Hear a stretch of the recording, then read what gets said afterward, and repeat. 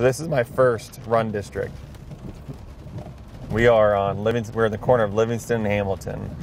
So a lot of my learning started here. And this is station 23. It's the first station I was ever assigned at. So it took me forever to get my first fire,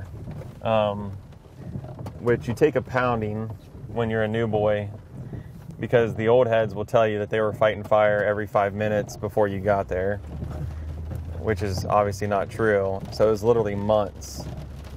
I mean, I had small fires, coda bus, a couple car fires, dumpster fires, all those things. But my first real fire, and I got in trouble on this fire because I was actually on the ladder that night. So the ladder has a very different job than the fire truck. Fire truck's all about suppression. Ladder's all about search and rescue, ventilation, so on and so forth. So we pull up and there's a house. It was really just room and contents, no big deal, but the whole place was blacked out. So I'm on the ladder though. So my job's search and rescue. But there's a young man who was on the class right before me, and he was fumbling with his mask at the front, and I was ready to go.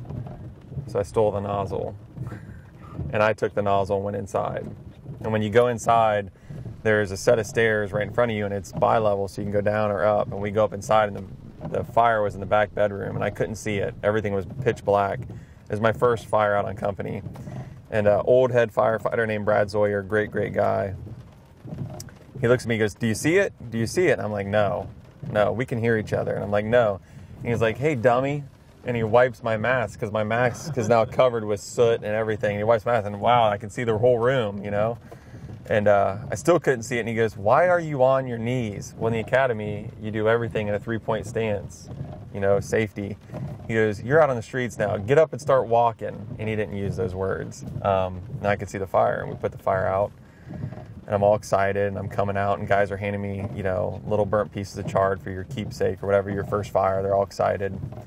And then my ladder officer walks over, and he's like, "Good job. What was your job?" Instantly right there, I was like, "I was on the ladder, search and rescue." He goes, "So what are you doing with the nozzle?" And that was my first real eye-opening experience. Every guy has a job. Stick to your job. This is not a game. This one worked out. It was an easy fire. It was simple. But that was my first real lesson. Do your job. Everybody has a job. And from then on, you know, I took it a little more seriously. Because up to that point, it was fun and games. We're just a bunch of guys fighting fire.